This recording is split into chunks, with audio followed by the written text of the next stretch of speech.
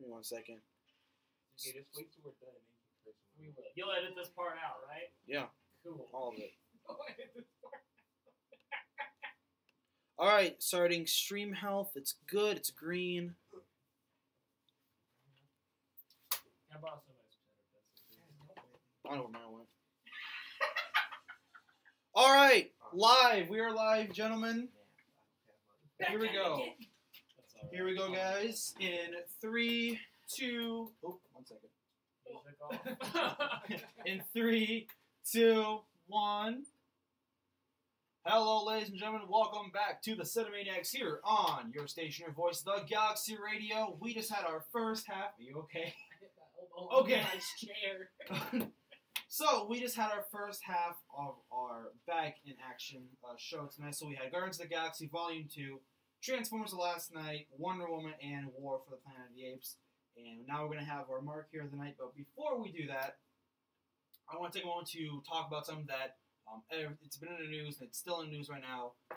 Just talk a little bit about what's been happening these past couple of weeks in Texas and in Florida with Hurricane Harvey and Hurricane Irma. They both really, destroyed both Texas and Florida down there. They just came right through and, just came right through them, and now they have to kind of rebuild again. So we at the CineManiacs here are expressing our efforts and our support to everyone down there in Hurricane Irma and for Hurricane Harvey, Florida and Texas. We hope everything's going all right. Earlier today, I saw when I was checking my email that Google was having donations and all that stuff, and I donated a couple of like $20 or $30 to the relief, and we highly suggest that you guys out there do the same. They really need your support down there right now in their time of need. So Hurricane Irma and Hurricane Harvey, it's really one hurricane after another down there right now, and that really is terrible because Texas got affected. Aren't there like two more coming too? Jose and Jose and I don't remember what the K is, but there's another one. There's like a K coming too. Is there? Yeah.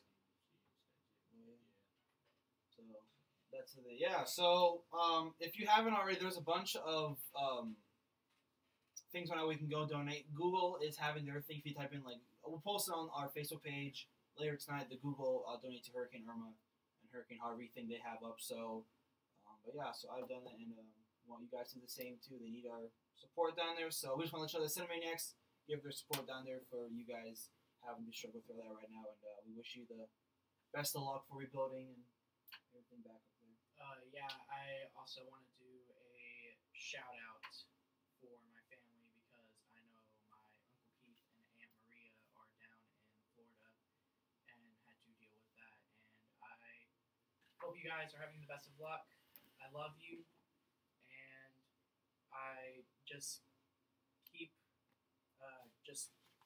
keep talking to my mom and my dad. Just let us know that you're safe. I know that Dad is really worried about you guys. So I hope you're all well, and I love you and miss you. So there we go. Just sending our support down there to those places. We'll go ahead and now move on to our marquee of the night. The last movie that we reviewed for our first show, the great by Stephen King's book It, and now the movie 27 years later after the original release of the one in 1996, I believe. Actually, it's the first movie. 1990. 1990. It was the mini-series. Yeah, this is the first movie we ever got. Oh, there you go. Yeah. The second one was the first one was it was a mini-series put together. Oh, was it? Okay. Yeah, 4 hours. So it's a movie pretty much almost. So pretty much, but because each since there are only 2 episodes, each one was 2 hours. So put it together, it's like a whole. It's like 4 hours, in total. Yeah. So I'm just gonna start out right away by saying that I am not afraid of clowns. I'm afraid of when clowns are put into killer, creepy, that kind of thing. So if you take me to an amusement park and you're like, oh look, there's a clown, I'll be like, yeah, I mean it's kind of weird, but it's not affecting me. Whereas if you put It in front of me, I'll be like, or Pennywise I should say, I'll be like I'll start getting stressed out and scared.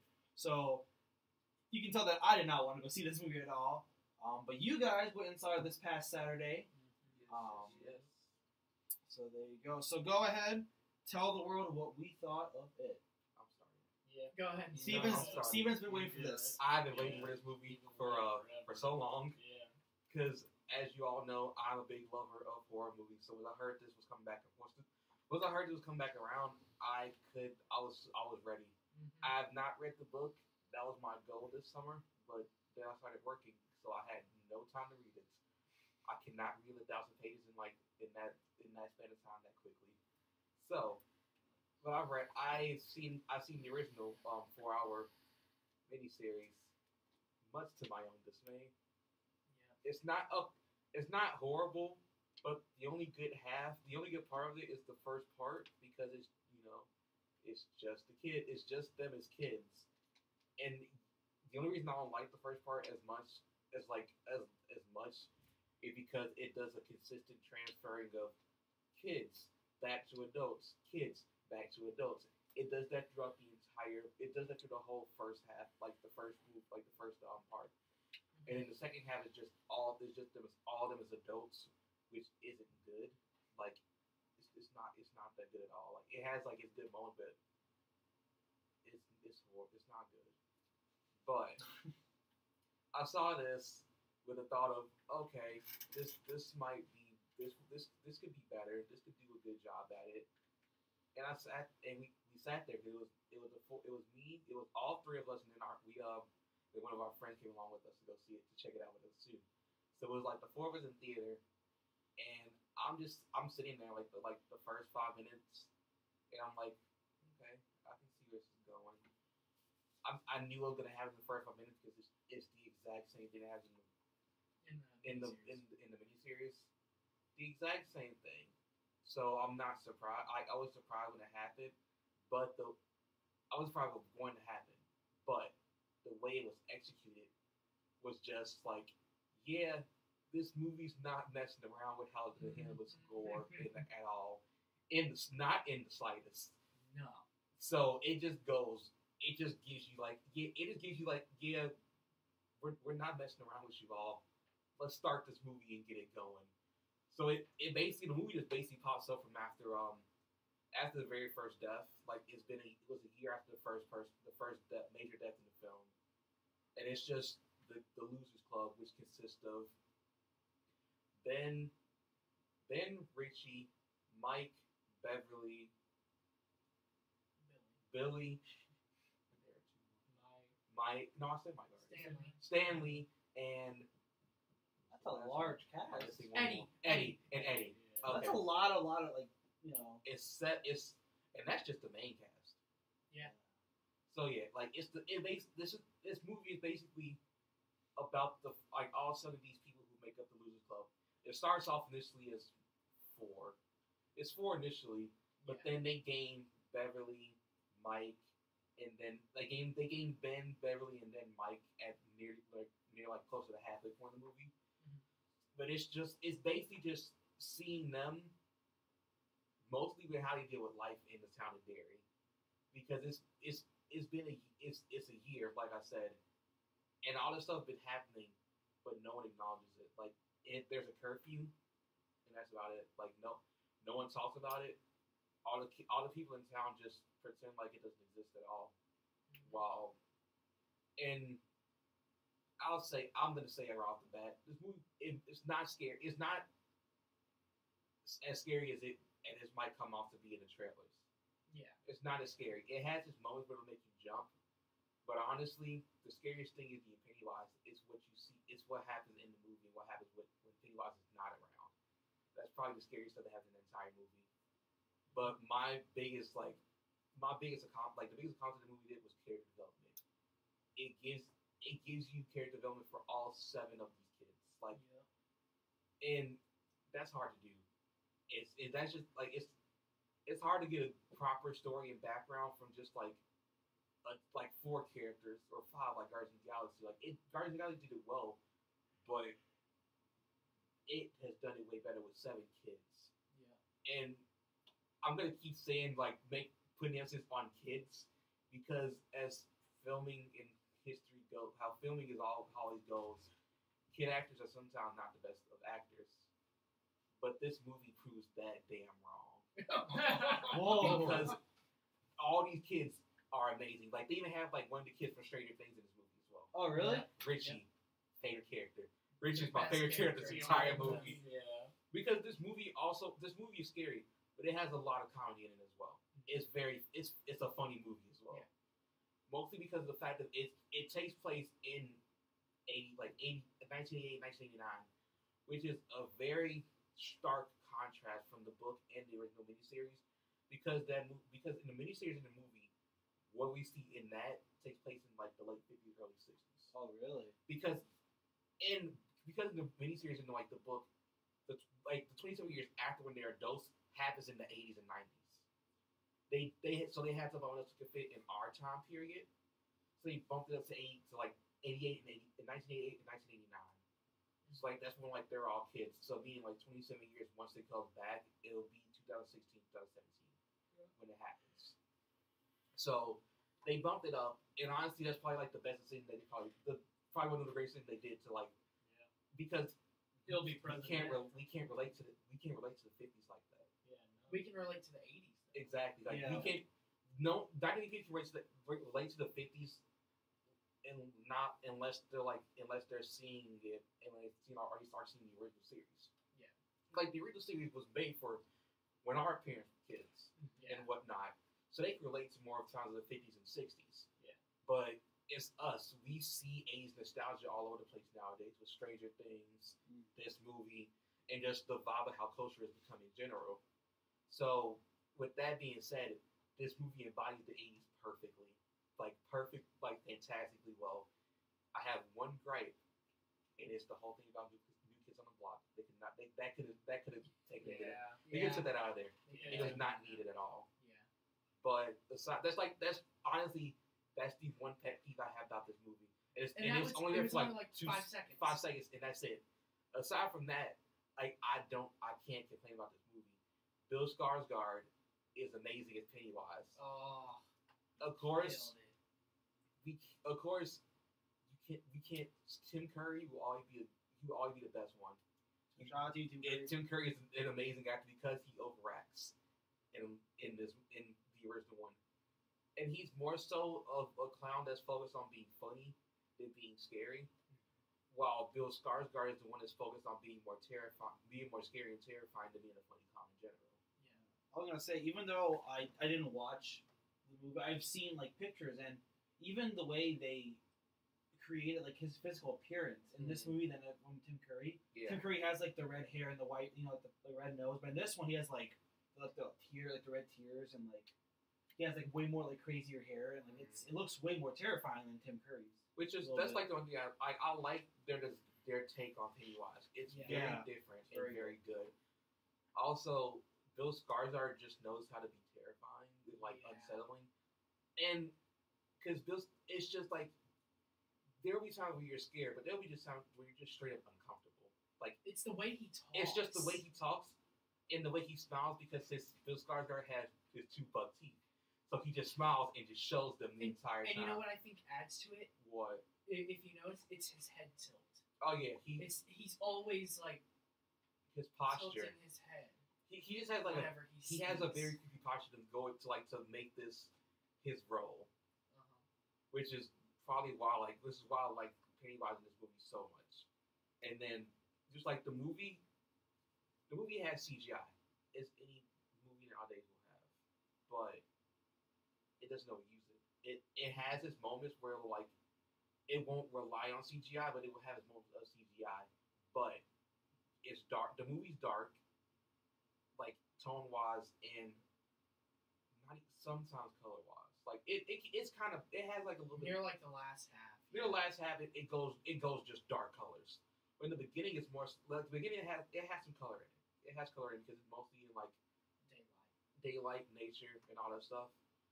And it just does it well. And CGI was not a problem because when I used CGI in the beginning of the movie, it wasn't. It was usually in a dark setting. Yeah. I can't talk about the use of CGI because it's all plot relevant. Yeah. I know what you're talking about. I Before wanna the go break, we were talking. I want to go into this movie so much. Not even that. Oh, not even that. It's just the CGI in general. Yeah. I can't talk about anything that happens in the movie because it just came out last week, Yeah. and we are not going to go into spoilers that quickly. Well, it didn't even come out last week. It came out like 5 days ago. Yeah, it came out like 5 days ago, basically when it came out. So we're not going to go into it, but It's still like fresh in your. it's guys' still mind. fresh. And there are moments in that movie that like I was just like, oh my goodness, this is just so, it gets intense in this movie. Does it? Very much so. It really does. And also like it's a movie where you have to pay attention to it. It's like it's not like those things like you won't miss a very big plot point if you're not like looking at something specifically or like focusing on something. But you'll miss stuff that will pop that'll like make itself relevant in the plot later. Mm-hmm. That it makes it a nice Easter egg if you notice it early on, such as the thing with the bully later in near the in the movie, which is like it's something that happens in the movie that like none of the other kids pay attention to it until the bully in the movie, who is a psychopath and is insane in this entire movie. Yeah.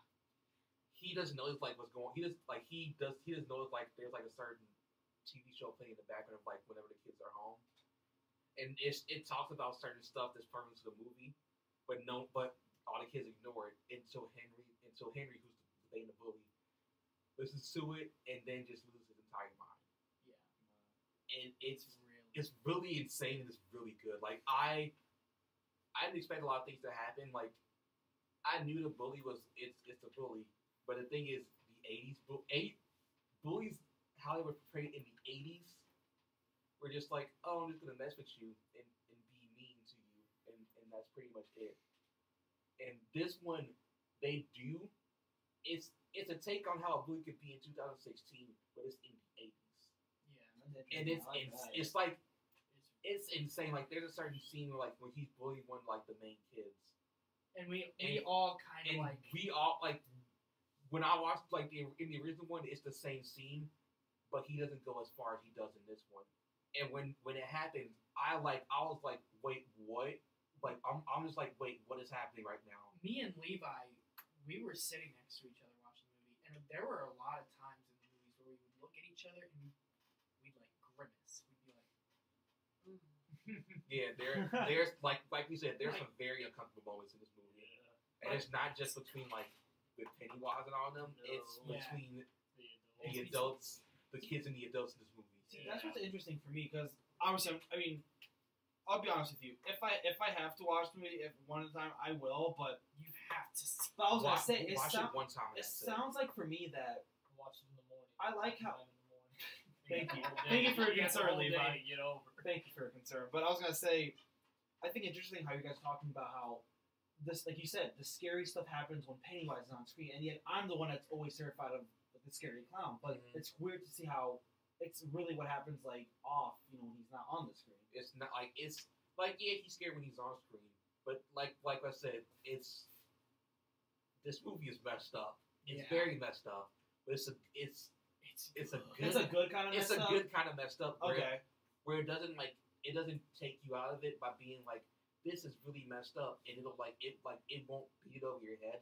Yeah. But it'll make sure that you know that there's something off between an adult in this movie. Like it'll make sure like there's something very off with an adult, and it'll upset you until it either until the scene's done, or it comes to a head in the later half of the movie. Because like we told you, the movie's almost 2.5 hours long. Which is longer than the horror movie usually is. Yeah. Which is probably why I think they did a good job with it because they take their time when putting in horror elements into it. But when it's not being scary, it's being dramatic and telling you like how all these kids deal with each other, and deal with the life around them and how they deal with their parents sometimes. It takes this time in just discussing anything and like problems that happened in the 80s and all that stuff. Like, if they saw, abuse in multiple forms, like physical, emotional,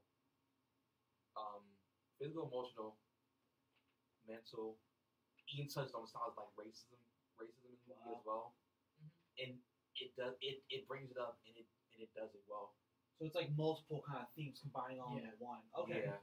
Which is the way which is way what I've heard of how it is kind of done in the book as well.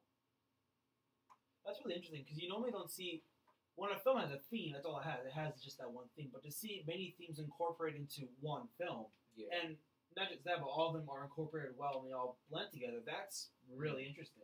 And I think it's also because of the fact that an issue is related to a character. Yes. So when they go into like discussing a certain character, they will have that issue there as well. Like, there's no issue that's like not important. Exactly. Like everything's important. Everything is its own time to shine in the movie. I just really enjoy hearing like you talk about it because I can tell that you're really passionate about this film and how like excited you are to talk about it. I love this movie. I know I'm saying like all of us are really excited, but like I can feel it in Steven's Yeah. voice how like it got to him. It really is. It's because I'm like it blew me away. I didn't think it was gonna be as good as it was. But I was at the theater thinking, I loved it. I'm gonna buy this when it comes out on DVD.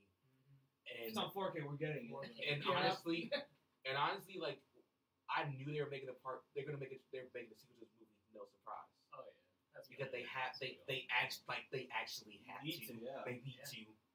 But when I was talking to like Brennan and Levi earlier, like before like we saw the movie, I was telling them like how much I, along with everyone else that has seen the original movie series, hates the second half of this. Hate the second half. I've seen It's clips a of it. very strong hate because it doesn't take its time and it just like rushes. It's just not good. But after me seeing this one and having like the same director that did this movie is directing the sequel as well. So I'm like, I said that I have a lot more hope that that the sequel will be strong and it'll have the same elements that this one did and just improve on what like they'll check to see what mistakes they made in this movie and fix them and make them a lot better. And hopefully whenever the sequel comes out, hopefully it'll be out around the same time next year. And when that happens, I hope to be here again saying the exact same good things I'm saying right now. Yeah. I think it's pretty. I was gonna say one thing. I know this because you guys told me, but I don't think the audience might know. But the characters, the kids that played the seven kids movie, they chose who they wanted to portray themselves. Yeah. In the They second they're one. like they had like a little like video like if they could choose Who they want to play as like more self, they did that. And it's like an onset. It's like you have like Chadwick Boseman, Chris Pratt. You got all these. Yeah, Jake Gyllenhaal, Joseph Gordon-Levitt. It's a huge Bill cast. Hader, Jessica Chastain. Yeah. And honestly, I really hope they take that in the heart.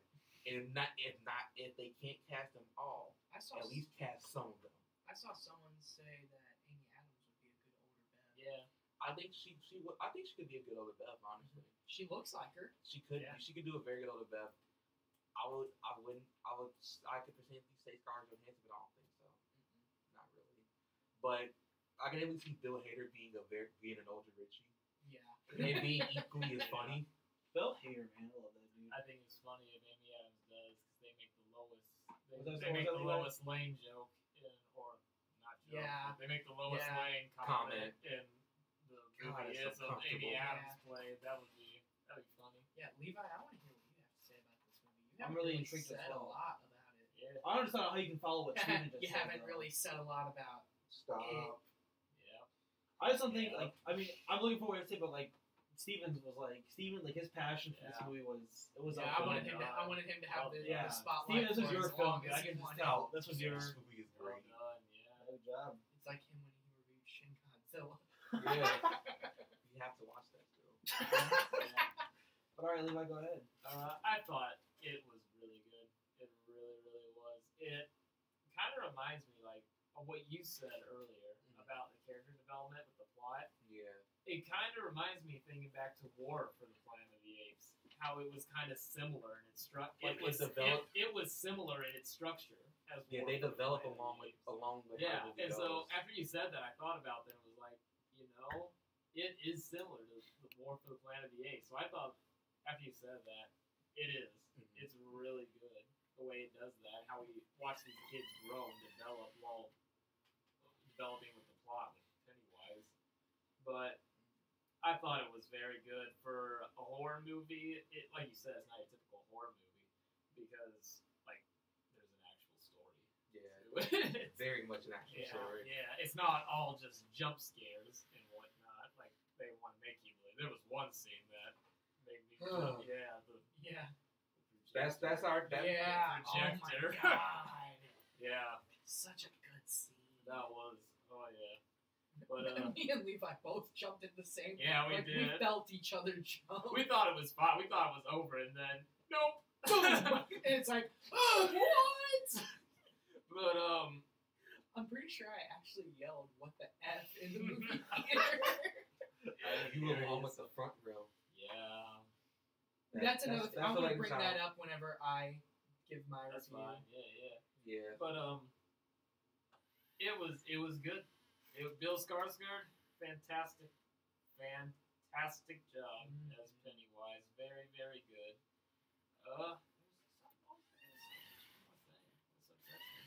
There was something